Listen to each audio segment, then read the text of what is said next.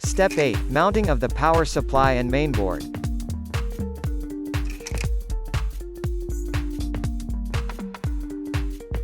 First, check if the power supply is set to the correct voltage for your country. There is a switch on the power supply to adjust this.